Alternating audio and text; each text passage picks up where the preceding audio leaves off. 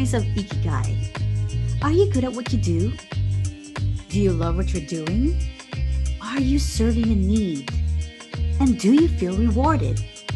In this podcast, you'll hear how others discover their Ikigai with the hope that it'll help you discover yours. Hi, everyone. This is Stories of Ikigai. Today, I'm thrilled to have on the show Professor Gus Kanios. Professor Kanios teaches Torts and Remedies, along with an innovative course on the Trial of Socrates at JFK School of Law at Northcentral University. Professor Kanios has led numerous travel study excursions to Greece with law students, professors, attorneys, and others to study the Trial of Socrates, to learn about the famous philosopher, to study ancient Athenian democracy and its legal system, to consider the contradictions inherent in this ancient experiment in democracy while comparing it to our current practices, and to visit the very sites where Socrates, Plato, and the ancients lived out their lives.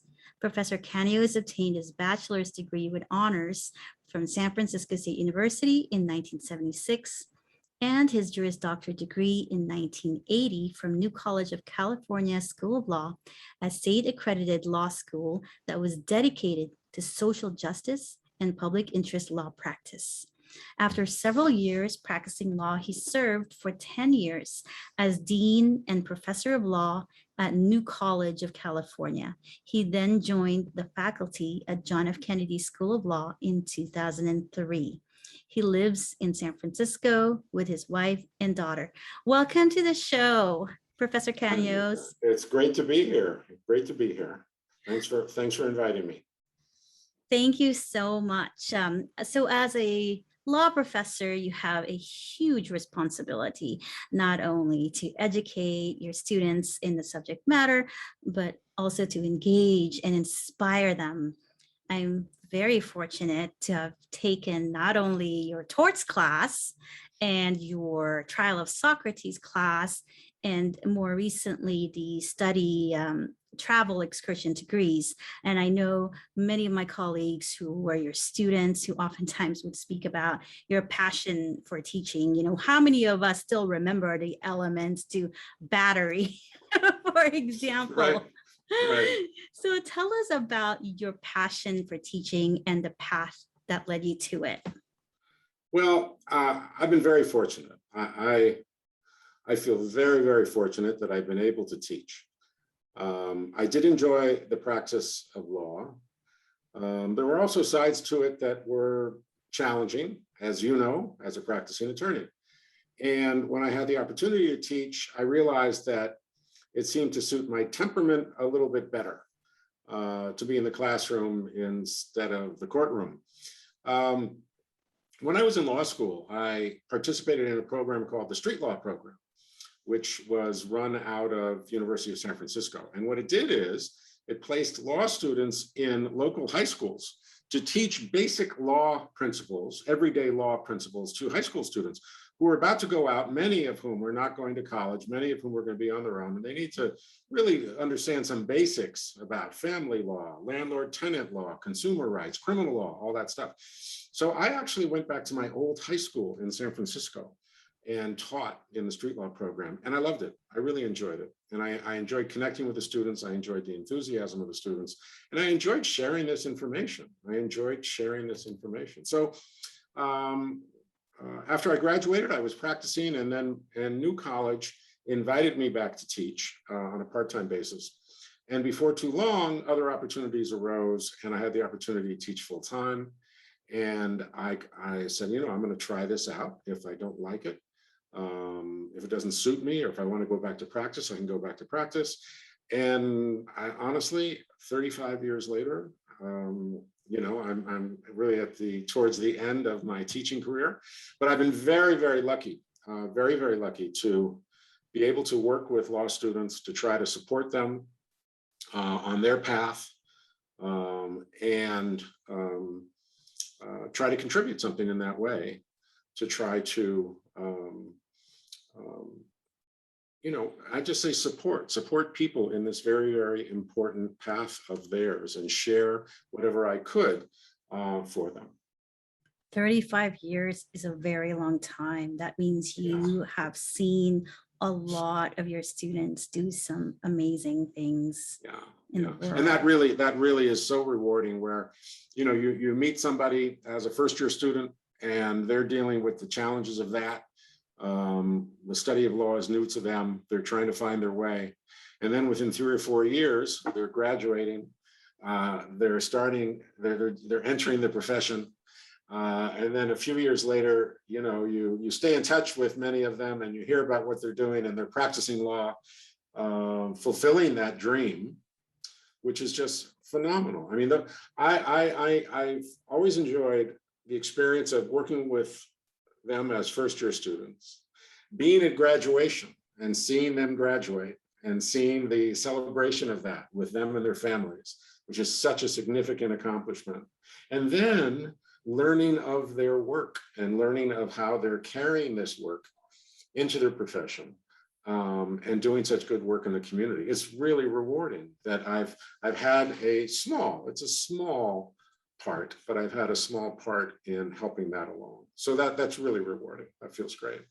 Thank you so much for sharing that. And I know your students appreciate you and the work that you do. And when you say this is probably the last leg, I'm hoping that there'll be other things you're going to continue to be involved in, especially the travel excursion to Greece. Will you tell us, those of our listeners who may not be familiar, tell us a bit about the travel study excursion to Greece? Well, I've been very fortunate about this as well. And probably about 15, 20 years ago, I wanted to learn more about Socrates. In law school, we all know that we teach in large part with this Socratic method, this questioning process, right? Instead of lecturing, just a straight out lecture where you're just hearing a professor lecture for an hour. We'll do some lecturing, but we also do this engagement with students where we'll ask questions. We'll ask questions about court opinions. We'll ask questions about hypothetical situations so that we're trying to challenge students and have them thinking on their feet as far as how would this work? How would the law apply in a different situation? So I'm of Greek descent.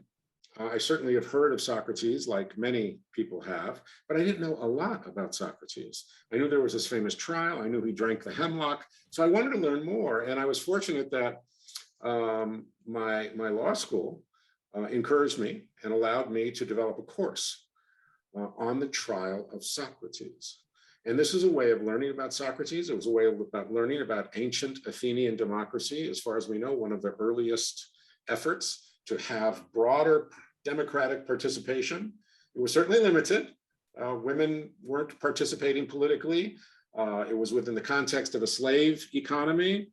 But there were literally thousands and thousands of male citizens of various classes, from very wealthy to very poor, who were able to participate in this political process. This was 2,500 years ago. So this was interesting what was going on back then. So I developed this course. It was called originally the Trial of Socrates, Modern Lessons from an Ancient Trial.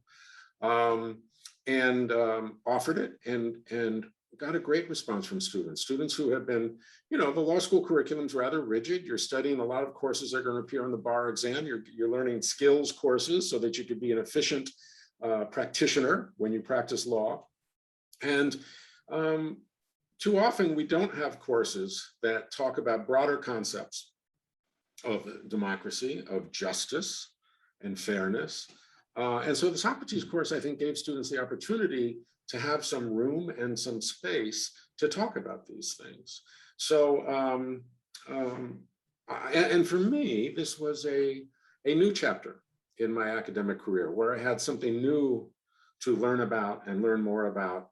And it's just been wonderful. It's been a really wonderful exploration of this ancient world, of these ancient thinkers.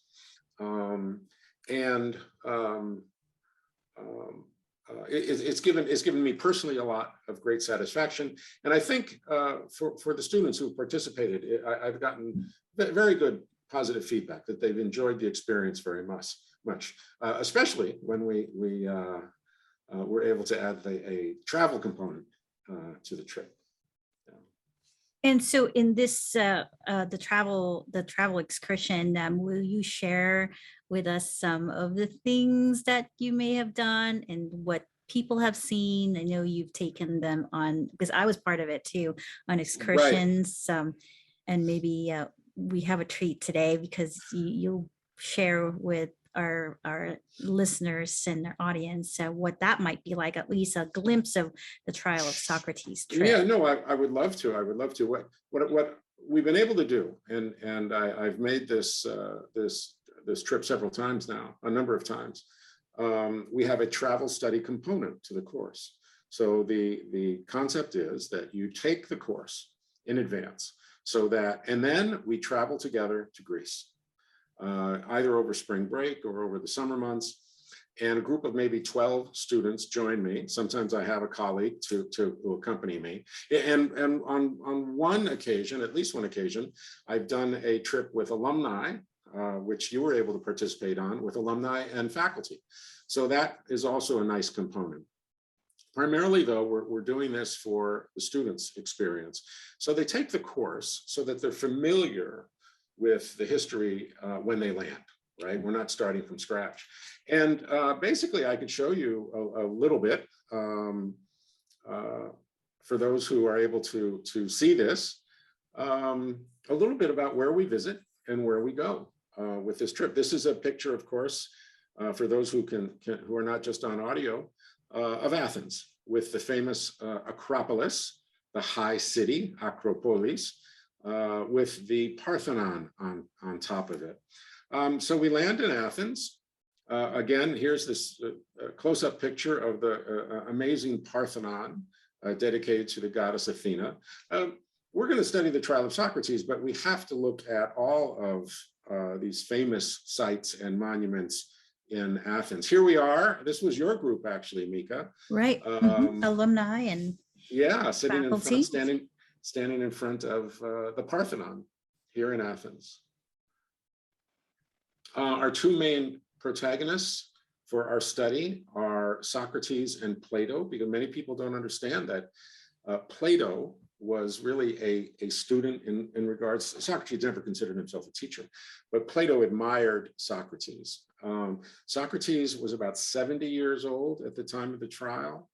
Plato was only 27 at the time, and Plato was there. And that's what's so amazing about this, is that Plato wrote an account, as many people know. Plato wrote an account of the trial that called the Apology, which in ancient Greek doesn't mean an apology as we know it, it means a defense, right? And he presented Socrates' defense to his jury. And people are surprised to learn that this was a jury trial in front of 500 jurors. 500 other citizens of ancient Athens heard this case that three citizens brought these charges against Socrates, and he defended himself. So reading the Apology, to me, I wish I had read it. I don't think I even read it in college, let alone high school. I think it came to me later in life. It's one of the most important pieces of literature, technically. It's not a transcript. Plato was a bit of a literary writer, but it's an amazing piece of literature, an important piece of literature I recommend to everybody, along with many other of Plato's writings. This is the Agora, where the trial took place. Imagine, this is in the shadow of the Acropolis.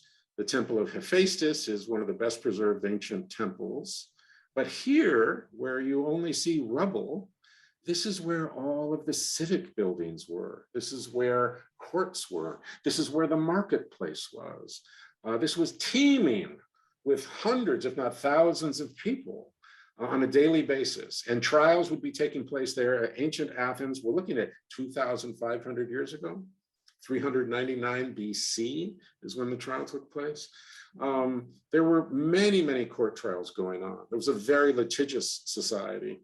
And the trials would last one day. They were timed to last one day. They had elaborate jury selection processes. We study all of this because of the due process concerns. This is a representation of what some of these buildings were like. You see the Temple of Hephaestus here. This structure here, the Stoa Vasilios, the Royal Hall, is very important in our study because this is where the indictment against Socrates was posted. And this is where there was a preliminary hearing, right? A preliminary hearing was actually held to see whether or not the procedure had been followed and whether or not the case would be set for trial. So, you know, lawyers who are listening, we know about these preliminary hearings in criminal matters, and this is where the preliminary hearing took place. This is the current site of that building. And this is the outline of that building. The little wing of the building is here. And here we have an oath stone that people would have to swear that they were going to tell the truth. They would swear to the gods that they were going to tell the truth before they entered the building to give testimony. They didn't know this building was here until the later part of the 20th century. So in 1898, they built a railroad right through the side of it without even knowing that this building was here. So this is part of the ancient agora. This is a very, very significant place. Socrates was here. You are looking at the remnants of a building where Socrates spent time, where he actually was involved in a legal proceeding and an indictment.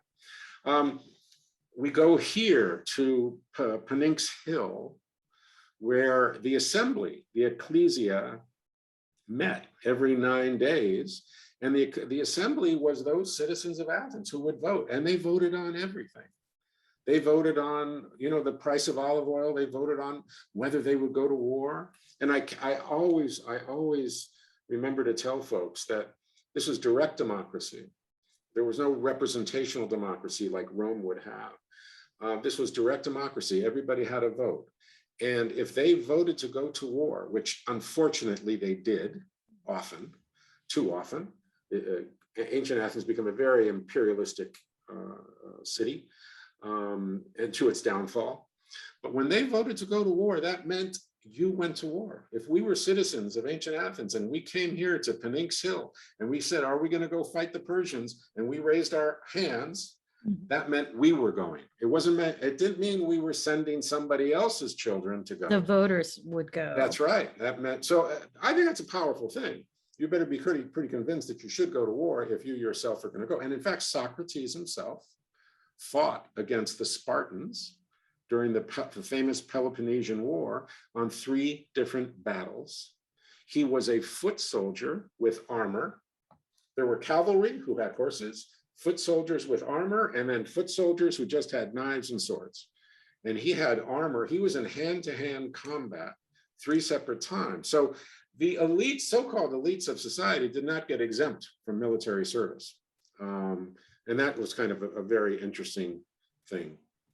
You know, in the Apology, you can read so many famous quotes.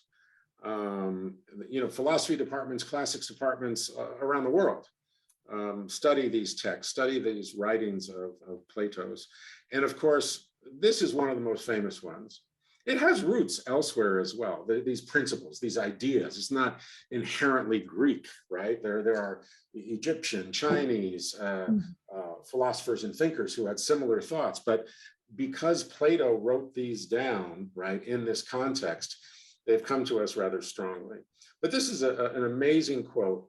This is Socrates arguing to the jury why he is not going to change his way, why they want him to stop philosophizing. He's not going to do it.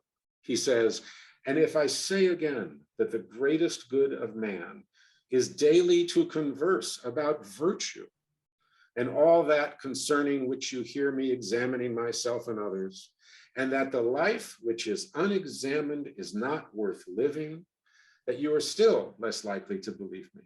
He thinks that they don't understand why this is so important to him, that he goes around challenging assumptions, this very essence of Socratic inquiry, that you are challenging assumptions, you are asking questions. Somebody who says they know about something, or they're convinced about something, or they're convinced about a strong value, he will say, well, tell me more about that. Why do you feel that way? Why do you think that way? And he'll challenge them and challenge them and challenge them until their argument seems to hold less water.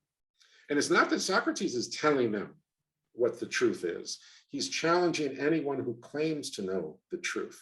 And so this notion of Socratic inquiry has carried with us to this day, where we know that challenging assumptions is the path towards the truth, towards enlightenment, towards greater understanding, instead of just being satisfied with something that we are told.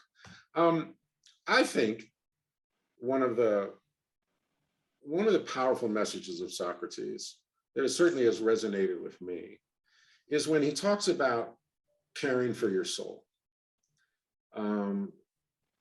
He says, this is what he's going to go about telling people. He's telling the jury here. This is what I go about telling my fellow citizens. And if you're going to convict me and sentence me to death for this, really? That's impiety. This is unholy, what I'm doing. I'm corrupting the young by I'm telling them this.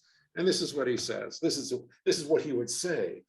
My friend, why do you, who are a citizen of the great and mighty and wise city of Athens, why do you care so much about acquiring the greatest amount of money and honor and reputation, and so little about wisdom and truth and the greatest improvement and nurturing of the soul, which you never regard or heed at all? Are you not ashamed of this? But whatever you do, know that I shall never alter my ways, not even if I have to die many times. So this is one of the powerful messages from Socrates, that he believed that it was critical for people to nurture, to improve, to protect their souls. And one of the central ways of doing that was not to commit an injustice. That he was so committed to the notion that if you commit an injustice, you are harming your soul. That's why he would say, I'm not worried about myself dying because I've worked to protect my soul, to not commit injustices. And that a person whose soul is intact has nothing to fear in life or in death. It's very, very powerful messages. That's why he said it is better to suffer than to commit a wrong. Well, very powerful. This is, you're right, Mika, this is an amazing dialogue where he would actually ask somebody this, right? What do you think is worse, to suffer an injustice or to commit one?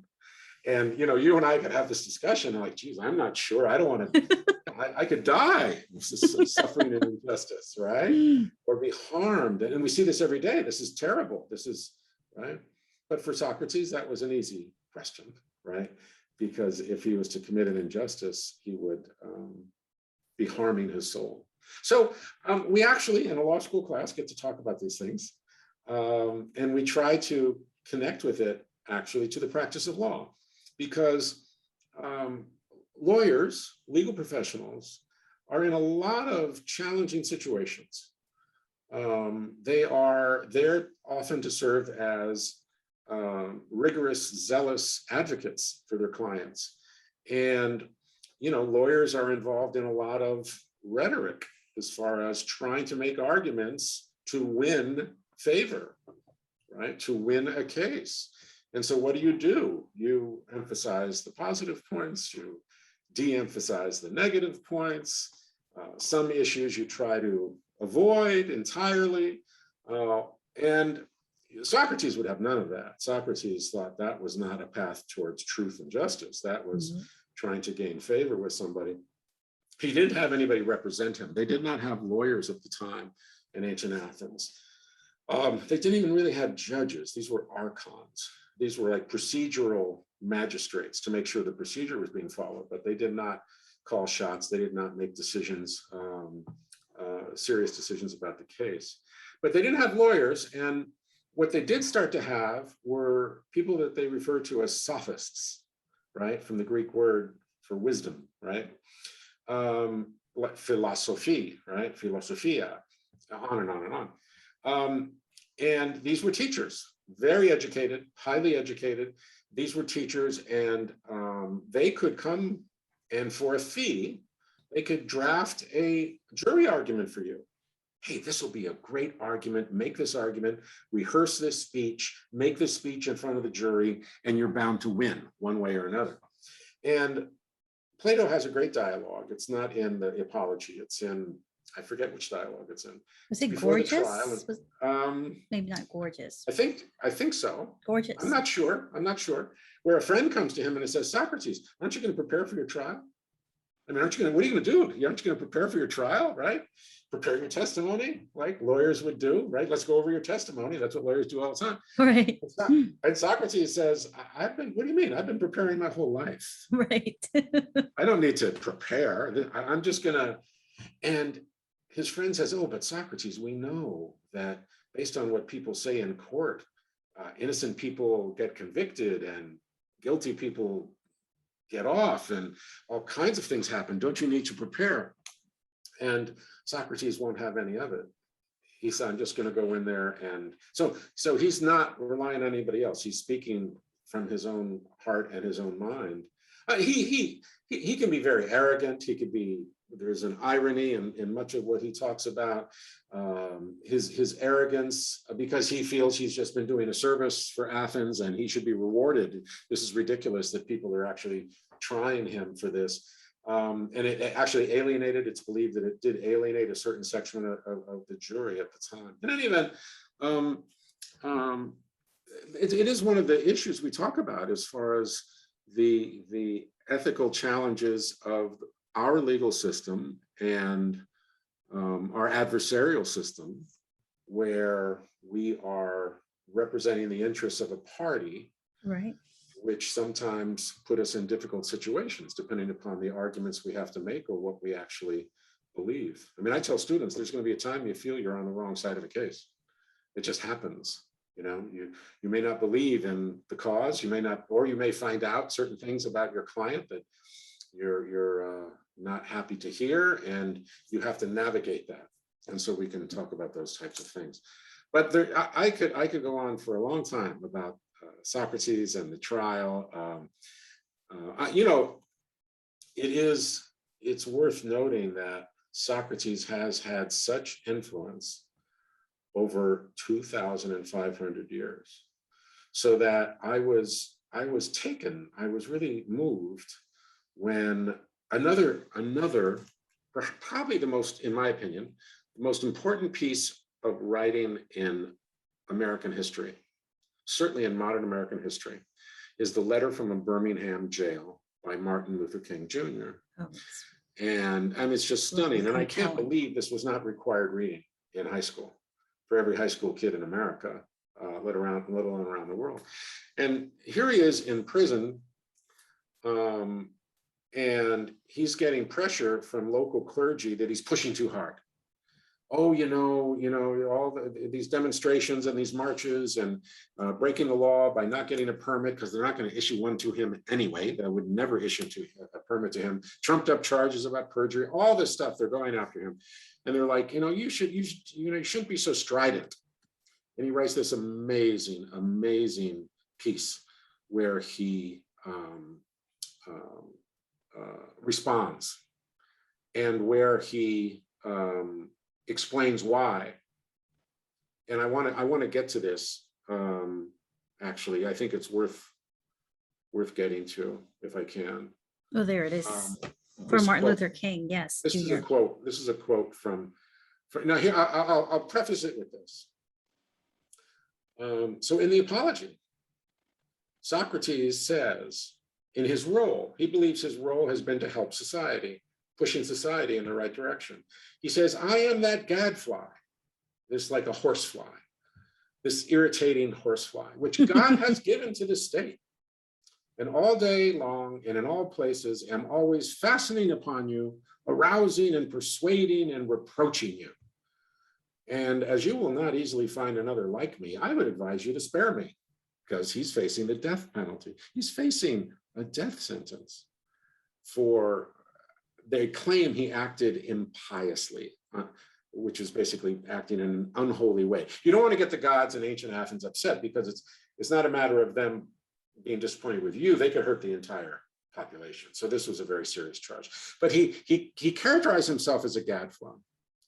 400 years later, Martin Luther King Jr. in his letter says, right, just as Socrates felt it was necessary to create a tension in the mind so that individuals could rise from the bondage of myths and half-truths to the unfettered realm of creative analysis and objective appraisal, we must see the need for non-violent gadflies to create the kind of tension in society that will help men rise from the dark depths of prejudice and racism to the majestic heights of understanding and brotherhood. It's very powerful. I mean, amazing. I read that, Martin Luther King Jr. referencing Socrates, obviously understanding that, you know, there is a history that goes back thousands of years of people honoring their conscience and trying to do the right thing for society. And King was a student of Socrates. King was a student of Socrates. So there is value, I am convinced, in us taking a look at his thinking, his times, and using it as a springboard so we can further our own discussions, ask our own questions about all these important issues around justice. Now, it doesn't mean Socrates is an ideal person, okay? I'm still looking for the dialogue where he at least challenged the existence of the slave economy, and he challenged the marginalized role of women, and he had a little bit more emotion in himself. He was hyper-rational. He's kind of like the father of this hyper-rational thought. He had a certain anti-democratic leaning because he wasn't convinced that democracy was a great system. He goes, oh my gosh, these folks don't know what they're talking about. Why would you let them decide? Right? And you know, in the United States, you say, look who we elect as president with this democracy. How is that a positive reflection about the value of democracy if you sometimes elect people who have no business being in office, in whatever office they were? So, and back then, they did not even have the checks and balances of a higher court to overrule the excesses of the majority, right, of the majority vote. So Socrates knew that, and he was critical, but he loved Athens. He loved Athens. He never wanted to live anywhere else. And when he was imprisoned, he had the opportunity to leave. He did. His friends, we know this story. He got a visit. Very well, right? He's in prison, and his friends say, come on, Socrates, we bribed the guards. The cart, a horse and cart is ready to take you away up to Thebes, and you can live the rest of your life in those areas. And he had a big important conversation with Crito about that, and decided that the just thing to do would be to say and accept his punishment. And that's a whole interesting area that we discuss as far as Socrates, you know, being an obedient citizen or being a civil disobedient because of his refusal to change his ways. On the other hand, he did accept his punishment, which is not inconsistent with what we know about modern day civil disobedience. And as far as these lessons that you've talked about, and obviously the apology is an amazing piece of work. As far as these lessons, I want to know how, in working with attorneys and professors and other professionals, how do you think we can look at the work, the dialogue, Plato's dialogues, and what we learned from Socrates about wisdom, about virtue? How do you think we can apply some of these concepts to our own practice? Well, it's a challenge because these are inquiries and lessons that don't have to do with the nuts and bolts of practicing law. And I know that lawyers love to talk about their cases and how they're handling them and the motions that they filed and the arguments that are being made. But this is all kind of the micro management of things.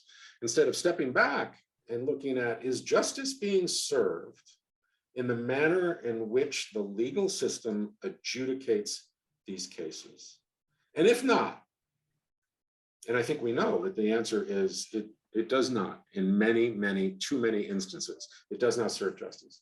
Then what can we do to try to promote a system that does? I certainly don't have like answers to this, but I know that if we don't ask the questions, if we don't have discussions, especially with people who are in the belly of the beast, people who see this on a daily basis, right?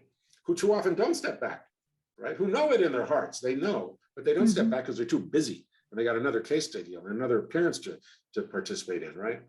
But if we don't ask the questions, we're never going to move forward. There are a lot of good proposals. There's a lot of good proposals going forward that seem to make sense, but that's part of it. Part of it is trying to continue to ask questions and challenge the current system so that we can improve the current system. The other one of the deep lessons from Socrates, people say, oh my gosh, how could a famous philosopher like Socrates be sentenced to death? How could ancient Athens, who prided itself on its democracy, on its intellectual freedom, right? On its freedom of speech, it had a kind of freedom of speech, which was very interesting. Two basic principles, Ikigai and Parousia. Ikigai is basically saying everybody had a chance to speak, equal speech. People did have an opportunity to speak. Certain people carried more weight than others, but everybody can get up on that rostrum at Phoenix Hill and say their piece. And that's the Ikigai. The Parousia part of it is, though, this respect for speech, frank speech, referred to, translated as kind of frank speech, very serious, open, frank speech, that might hurt, that might bear consequences, right? That you still should be able to express yourself in those ways. So here in this ancient democratic, so-called democratic society, with all of its imperfections, shortcomings, how could somebody like Socrates be convicted? And I'm like, in this day and age, we have people being convicted unjustly. What's new? Right? I mean, this simply happens all the time. Look how many of these death sentences had to be overturned because of bad evidence, right? Juries were ready to convict and sentence to death, and did sentence to death hundreds, thousands. Imagine, shockingly, how many hundreds of thousands, if not millions of human beings around the planet, let alone in this country, have basically suffered at the hands of the criminal justice system because the process that was used to convict them was unfair. They had no legal representation. They had biased courts, biased juries, excluding all kinds of folks from the jury pool. To Kill a Mockingbird is near and dear to many, many people as a novel and as a film.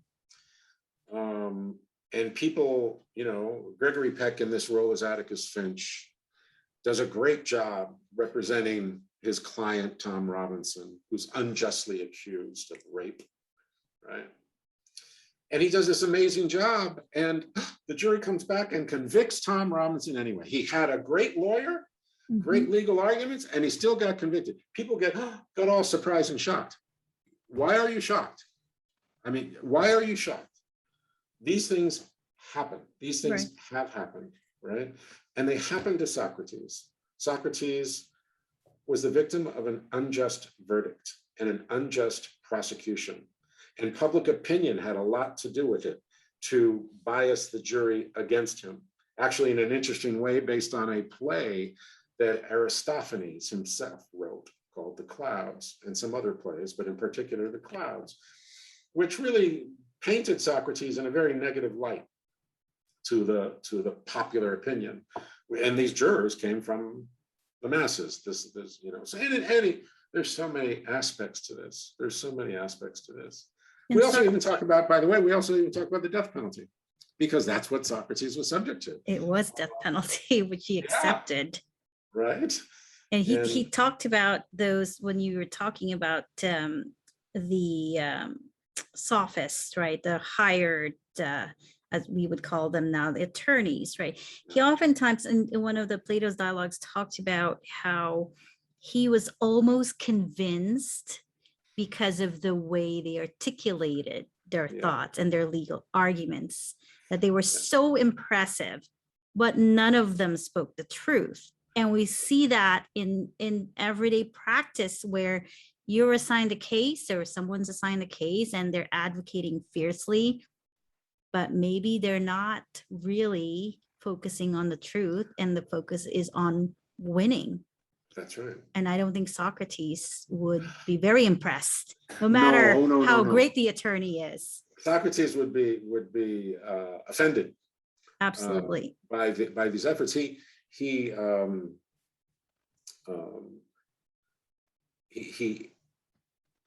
never wanted to consider himself a teacher. He would never accept money for instruction or anything like that.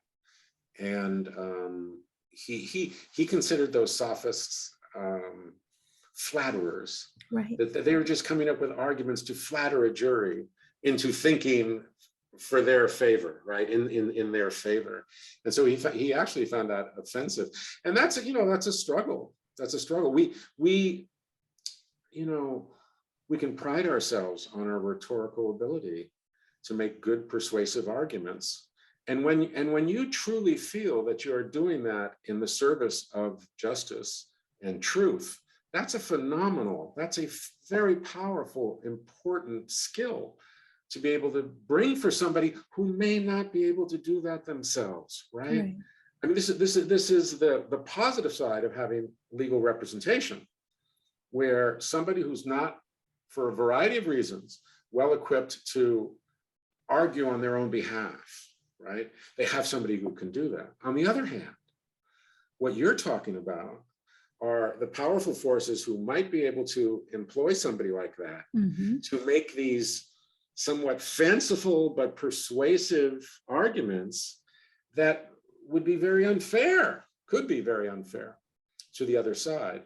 So while we think having legal representation is an automatic positive, ancient Athens actually struggled with that, because at the time of Socrates, there were no representation. There would be later on. Later on, that they would allow attorneys into the courtroom, and there's some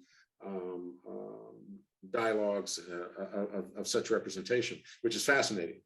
But this is kind of an interesting debate about the role of attorneys and the benefits and possible negatives, because we know that it's very true that not just with their rhetorical skills, but with their financial ability, they can dominate a party who doesn't have the financial resources to defend themselves in a big litigation.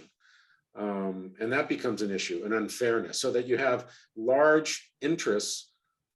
It's like hiring an army, literally hiring an army to do legal battle. And if your opponent is not financially capable of responding to all of those challenges, you don't have a fair fight. Right. With the discovery battles, oftentimes you get a large firm who is going to propound discovery, as many as they can possibly propound. And then the other party may not have the resources. And meanwhile, that attorney really wants to do the right thing for the client to achieve the best result, but they're not able to. And even with pro bono work, you have some firm with 5 attorneys at them. With one attorney, it's just not feasible to be able to respond to all those discovery requests. That's right. It's part of the inequities of the system that people try to deal with, try to respond to, and it's one of the challenges in the legal system that we need to try to do something about. Absolutely. But I like what you said about one of the lessons we learned from Socrates, and that's the importance of questioning, because sometimes we're faced with a challenge, we have a case, we know we can do our best representing, but if we don't pause and reflect on whether or not this is the right direction, we're not questioning, we just proceed because that's the mechanical thing you do. We want to meet our billables or whatever the reasons might be, then we're really not serving our clients well. I mean, maybe from a certain perspective, yes, you are, because you're doing what you're supposed to do. But what about questioning whether or not there's truth in what you're having to deal with? Right, and that's right. And whether what you're doing is the right path, and whether you're comfortable with the path that you're following. And that, that's kind of listening to your conscience. Right. And it's drawing on your experience. I think that it's really important. It's like, I always like the title of counselor at law for attorneys, because you can have life experience and legal experience as an attorney and a certain detachment, as much compassion and empathy as you should have for your clients. But you're in a position of helping them look at different avenues. It's their case, right? I mean, that's important. It is their case, right? It's their life, it's their decisions. But you have an opportunity to present options to them that they may not have been aware of, because they may live in a black and white world one way or the other, and you might be able to present options to them, so that if you think they're asking or they're behaving in a certain way that might be unreasonable, you're in a position where you should be able to talk to them about it, instead of, well, I'm just a hired gun. I'm just doing whatever my client wants. Right. I think that that's ultimately not a very satisfactory feeling, personally, as a professional. And as someone who's concerned about justice and fairness and good results amongst human beings, amongst this person, we've had so many cases where you win, but nobody really wins. You can get a good result, but the parties still hate each other with a passion, right? And that anger is burning inside of them for the rest of their life. There's no healing going on. There was actually Warren Burger, a very conservative justice of the United States Supreme Court years and years ago. He surprised everybody when he said that the law should be a healing profession. We're in the middle of conflict. We should do more as lawyers, not to inflame conflict, but to be healers. That sounds a little, that sounds soft for some folks, especially in adversarial litigation. They want to be tough. Oh, give me a shock. I want somebody who's going to beat up the other side. There's thousands of examples of excellent lawyering where you do not have to follow that path. Absolutely. You can lawyer with integrity, with respect, with civility, and get great results for your client. And I think in a certain way, despite his own arrogance, Socrates kind of reminds us, that we should try to be good people as well as good lawyers. And perhaps that's one of the reasons that I enjoy exploring all of these different issues that emerge when we look at that amazing trial. Mika, I could see up on that bookshelf, we have Socrates sitting. Absolutely. I have fantastic. Socrates and Plato. And fantastic. Also I wanted to share, if you can see, this is the complete works of Plato. Fantastic. And as you remember on our travel excursion to Greece, because we did have some readings from Plato's works, I brought, even though I could have brought a tiny one, I had to bring. You got to carry that around. The one book that I love. This is just absolutely, I will not part with this. And you can see my little markings. Mika, it is so amazing, right? That from 2,500 years ago, look how much he wrote. Look how much this what we consider an ancient person, wrote on parchment. I mean, this was no cut and paste. This was no, right. You're right. This was just letter by letter in parchment, literally thousands of pages.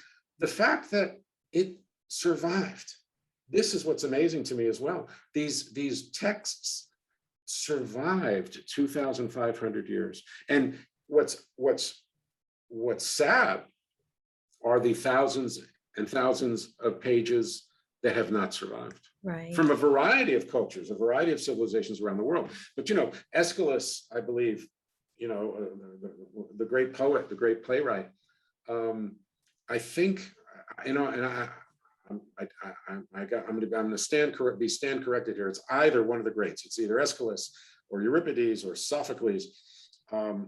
We have like seven of Sophocles' plays. He wrote like 100. Oh, so and I'm sure that's the same for all of these playwrights, right? We're lucky to have some of them.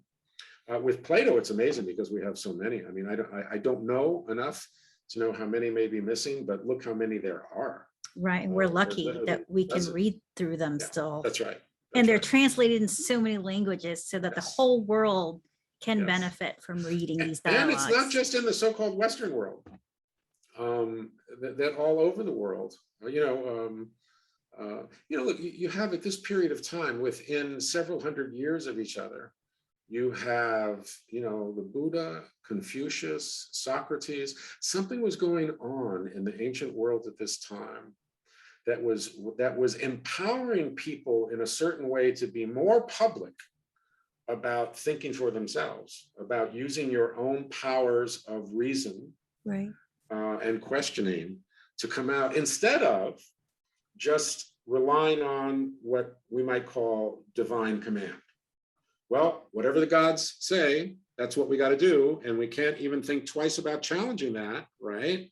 Right. Because that would be dangerous to do. And we have religious officials, priests, everybody else to tell us, to interpret for us what the gods want of us. That's it.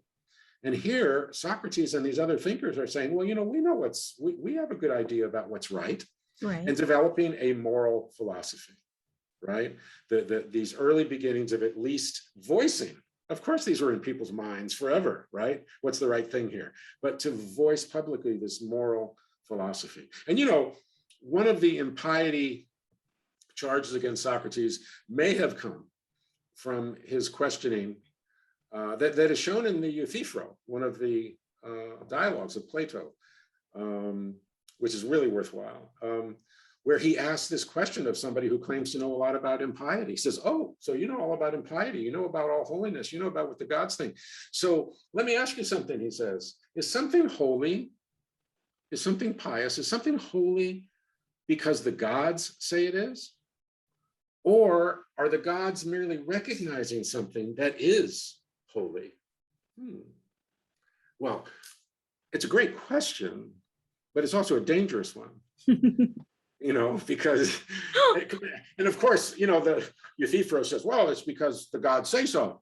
Right. And then Socrates would say, well, suppose the gods disagree. We have a pantheon of gods. Suppose the gods disagree. Then how do we say, oh, Socrates, blah, blah, blah, blah, blah. You frustrate, Socrates is frustrating him. But it's a deep question, right? Is something holy intrinsically, or, whatever the gods say? And so he's kind of bringing this down to people to have opinions about things. So anyway. It is, I agree. It's a very good dialogue that you see from. Oh yeah. Wonderful. Absolutely. And I really want to thank you for sharing your knowledge and your passion for teaching and your love for the study of Socrates' life and the works, the dialogues, Plato dialogues. I think there is a lot that we can draw from those readings that you shared with us, a lot that we can reflect on, because really this is one of the things that we want to focus on when we study Socrates, and also when we think about your reference to what's important in addition to all these other responsibilities that you would handle. What about the idea of your soul?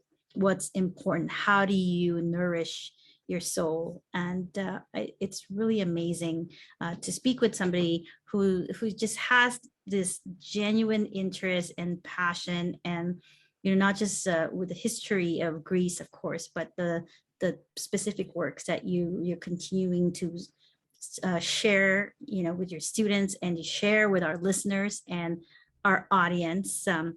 I also wanted to let people know about your other involvement. So in addition to your position as professor of law at JFK at North Central University, you also serve as president of the board of the Modern Greek Studies Foundation. And you're also a member of the board of the Hellenic Law Society. And you're on the advisory board of Swords to Plowshares, a veterans advocacy organization. So clearly service is very important to you, community is very important to you. Tell us about these organizations and why you chose to commit to them. Well, I was invited to participate on the Greek organizations. The Modern Greek Studies Foundation promotes academic programs at Bay Area universities that have a component of studying Hellenic culture. And there's a lot of very cool things that people are not aware of. Modern Greece has some phenomenal authors and artists, great filmmakers.